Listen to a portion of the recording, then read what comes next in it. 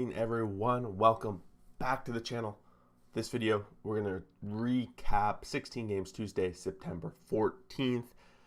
The wildcard races are getting crazy. We got a three-way tie in the American League. We now have the Cardinals hopping into that second spot in the National League. We all know the Dodgers are going to win that. They've clinched tonight, as well as they pretty much got, at the very least, that wildcard spot split up or locked up. We also had Dodgers clinch. That's pretty much it.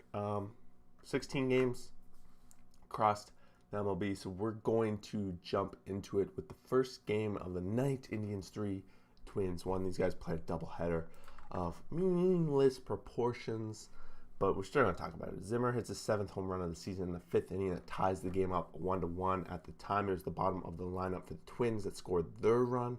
McKenzie goes 6, 1 earned run and 7 Ks, whereas Ryan goes 5, 1 earned run and 5 Ks. I really hope this is working because on my screen it looks like it froze, but we'll know soon enough. In this second game, Twins take the win. Indians were at 3-0 early in this one, just generating a couple of runs. Coming in that third inning, second time through the order. It was the top of their lineup, getting a bunch of hits and RBIs, just singles, doubles, that kind of thing.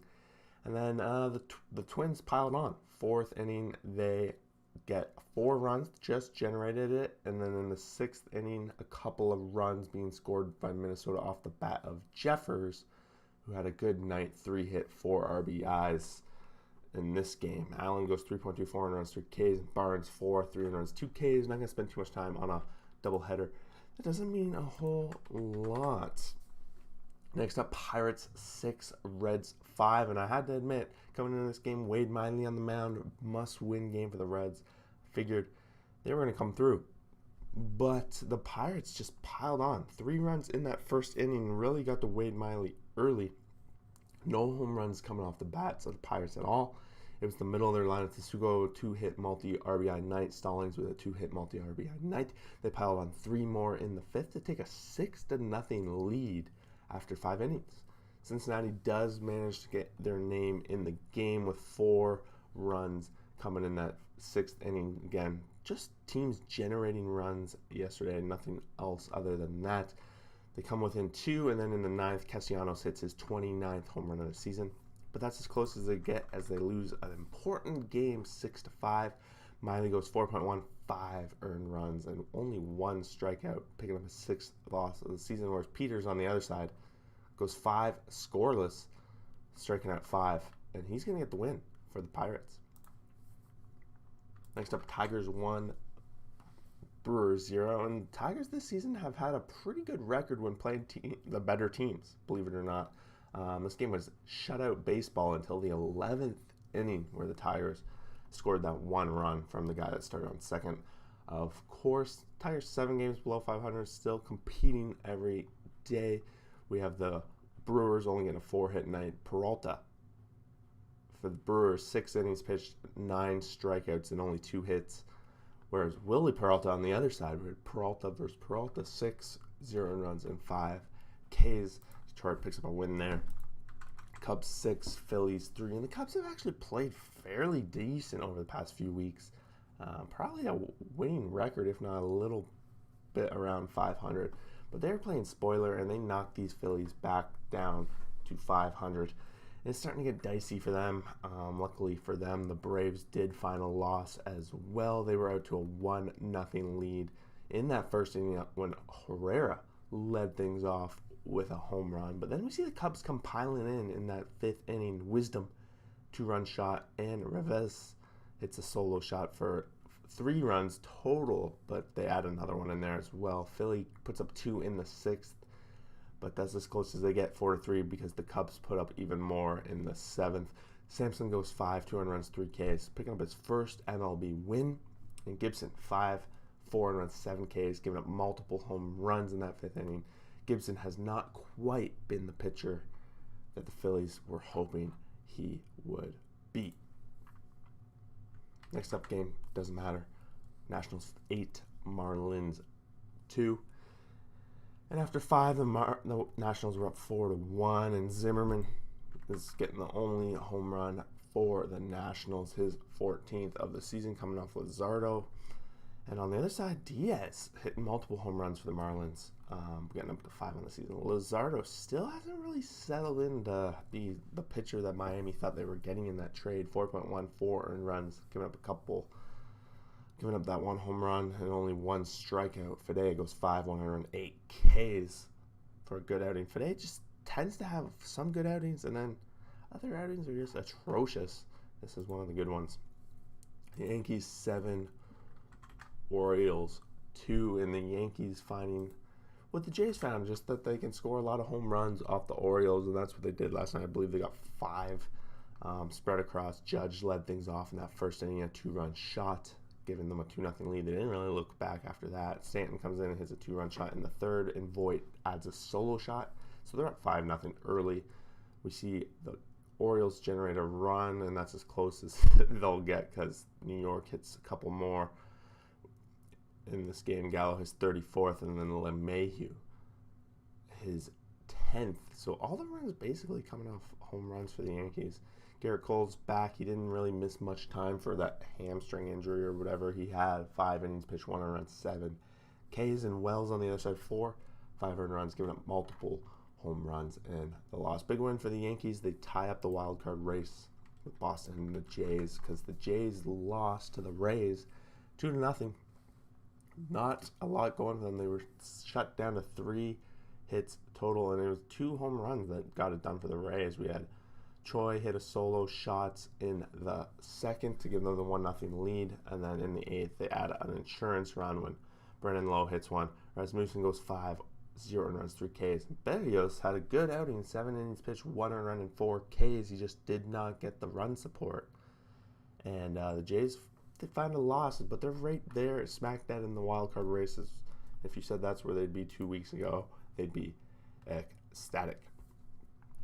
Shifting focus to the National League wild card race, we have the Cardinals 7, Mets 6, and the Cardinals finding a huge win here to take sole control of the second wild card race for the first time this season.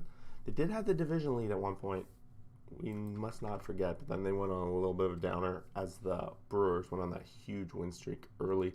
Mets were out early in this game, 2-0. But then we see the Cardinals start to chip back away in it. O'Neill had a nice 2-hit, 3 RBI night. We also had Molina have a hit in there. But it was O'Neill really leading the way with those RBIs.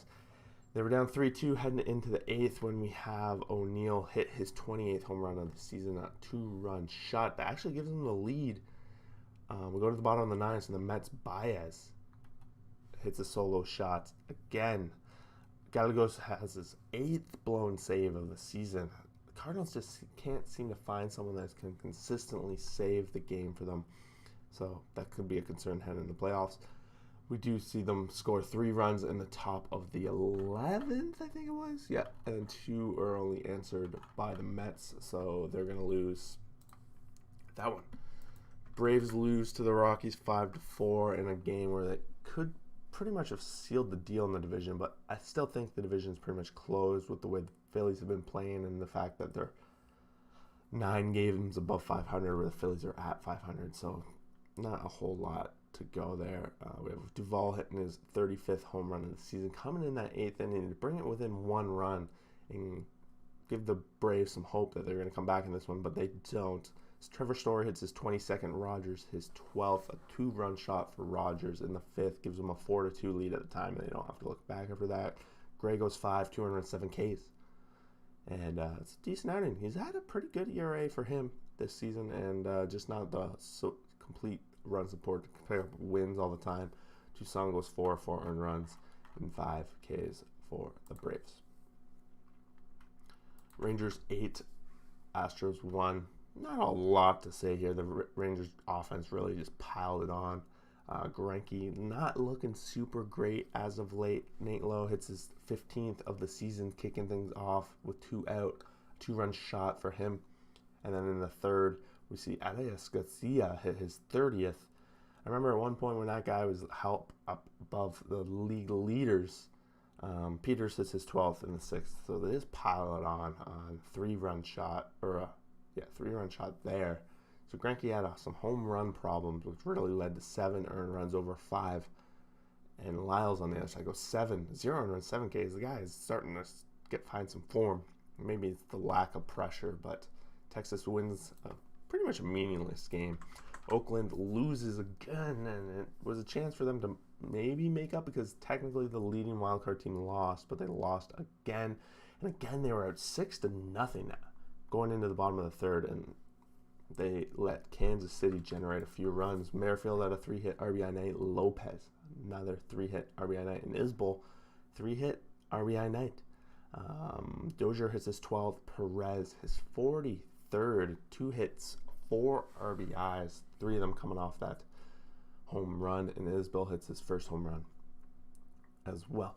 No home runs coming out of Oakland side. They got those 6 runs generated early, and then they just couldn't do anything more after that. Kansas City wins 10-7. Frankie Montes goes 3.1, 4 runs, 4 strikeouts.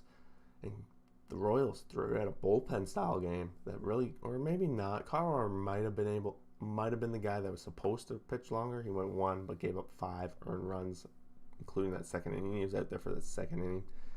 And then they must have gave him the yank after that. 40 pitches and only 3 outs. Not going to get very far with that. White Sox 9, Angels 3. And the White Sox just picking up a win along the way. It's some practice heading into the postseason, taking care of business. Roberts hits his 8th home run of the season. Sheets his 9th.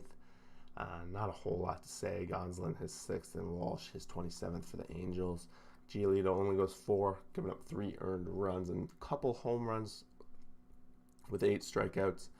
He's kind of came back down to earth a little bit. His ERA is creeping closer to 4. Not a whole lot to say. White Sox win a game that didn't have a whole lot of meaning.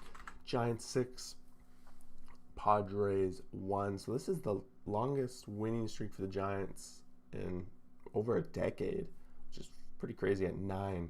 And believe it or not, winning 9 in a row has not helped grow the lead of their division. They're still only 2.5 games up on these Dodgers, who always find a win too.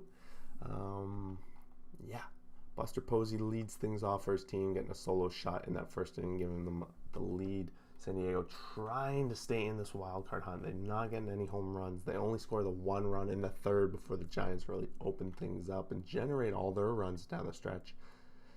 Multiple hits for La Stella, Belt, and Posey help lift them for 1 run in the third, 1 in the fourth, and then some more runs later in the game. Desclafani goes 6.2, 1 earned run, 3 Ks. And Arrieta on the Padres, 3.2, 3 earned runs, giving up that 1 home run. Padres, this is just like implosion. 4 games above 500 now. And the playoff race is starting to get crazy as they lost that playoff spot. Dodgers 8, Diamondbacks 4. Dodgers were clinching their playoff spot today, and of course they're not going to do any worse than the first wild card spot, but still no one wants to be the wild card unless I guess you're fighting for it. Dodgers out early in this one. Max Muncy 33rd home run. Trey Turner had his 22nd. Will Smith his 24th. All these helping generate a pretty significant 5-0 lead after 5. We do see the Diamondbacks exchange runs with them in the 6th, and pretty much in the 7th they got 3, where the Dodgers still got 2. Kento Marte leading the way for the Diamondbacks, 3 hits and 3 RBIs, hitting his 12th home run of the season, a 3-run shot in that 7th inning. Gonsolin goes 5, 0 runs, 6 Ks for a great outing for him as a Dodger starter. We don't often see him go that deep into a ball game, but 67 pitches to get through 5 innings, pretty solid outing for him. Weaver goes 4, 3 runs, 4 Ks. He's going to get the loss, and the Dodgers keeping pace with the Giants. Last game of the night, Red Sox 8 and Mariners 4, and the Red Sox, beyond belief, needed to win this game, and they did. They were down 2-1 after 4 when both those teams scored in that inning. J.D. Martinez actually led the inning off with a solo shot to give Boston the lead before Seattle answered. But we see in the 6th inning, Boston ties it up, and then in the 8th, they pile it on with Kyle Schwarber hitting a bases clearing double in a pinch hit situation, which really helps generate the 5 runs. And then in the ninth, they even had an insurance run. Seattle tries to make a game of it, putting up 2 in the bottom of the ninth, but it's far too late at that point. And they don't make up ground in the wild card, and Boston manages to tie the 3-way tie in the wild card race. Evaldi goes 5, 1 and run, 9 Ks, where Anderson goes 4.1, 1 and run, 5 Ks. Big win for Boston. Tough break for Seattle, and they are falling out of the playoff race. Of course, 3 teams battling for that 2 spot right now, all tied, and we have Seattle and Oakland. Couple games out. Realistically, if they win 10 in a row, they're going to be in there. So keeping an eye on that 5-team race and a 3-team race in the National League. That's it, everyone. 16 games in the books. Hopefully the stream worked because it looked like it bugged out, but maybe it didn't. We will see you guys out there for that next video. NFL Power Rankings coming tonight. Thanks for watching.